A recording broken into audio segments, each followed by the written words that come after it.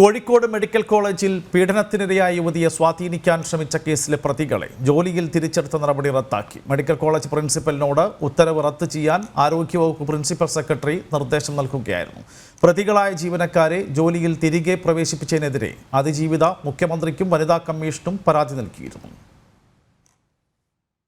കേസിലെ പ്രതിയെ രക്ഷിക്കാനും കേസ് ഒഴിവാക്കാനുമായി ഇരയെ സ്വാധീനിക്കാൻ ശ്രമിച്ച 5 പ്രതികളെ ജോലിയിൽ തിരിച്ചെടുത്തുകൊണ്ടുള്ള ഉത്തരവാണ് കോഴിക്കോട് മെഡിക്കൽ കോളേജ് പ്രിൻസിപ്പൽ റദ്ദ് ചെയ്തത്.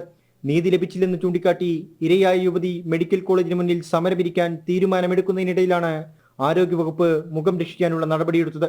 അതിജീവിതയോട് അപമര്യാദയായി പെരുമാറിയ 5 ജീവനക്കാരെ സസ്പെൻഡ് ചെയ്തത് പിൻവലിച്ചു തിരിച്ചെടുത്തിരുന്നു.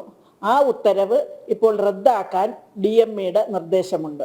അതനുസരിച്ച് തിരിച്ചെടുത്ത ഉത്തരവ് റദ്ദാക്കുകയാണ്. ഇവർക്കെതിരെ അന്വേഷണം നടത്തിയിരുന്നു. അന്വേഷണം പൂർണ്ണമായിരുന്നില്ല. അതിൻ്റെ കൃത്യമായ തെളിവുകൾ നമുക്ക് കിട്ടിയില്ല. അങ്ങനെ ആണ് ഇവരെ തിരിച്ചെടുക്കാനുണ്ടായ സാഹചര്യം ഉണ്ടായത്.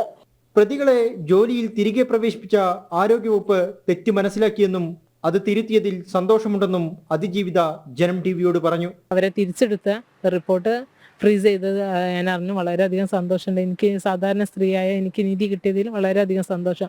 ഒരു ആരോഗ്യമന്ത്രി എന്ന നിലയിൽ മാത്രമല്ല, ഒരു സ്ത്രീ എന്ന നിലയിലും അവർ എനിക്ക് പരിപൂർണ സപ്പോർട്ട് നിന്ന് എൻ്റെ കൂടെ നിൽക്കേണ്ട ആള് ഇത് അറിഞ്ഞില്ല എന്നുണ്ടെങ്കിൽ അത്രേ ഉള്ളൂ. അവർക്ക് ജനങ്ങളുടെ ഒരു കാര്യത്തിൽ അത്രേ ഉള്ളൂ കാഴ്ചപ്പാട്. പീഡന കേസിലെ പ്രതിയെ രക്ഷിക്കാനും ഇരയെ സ്വാധീനിക്കാൻ ശ്രമിച്ചവരെ ജോലിയിൽ തിരികെ കയറ്റാനും സമ്മർദ്ദം ചെലുത്തിയത് CPM അനുകൂല സംഘടനയായ NGO യൂണിയനാണ്.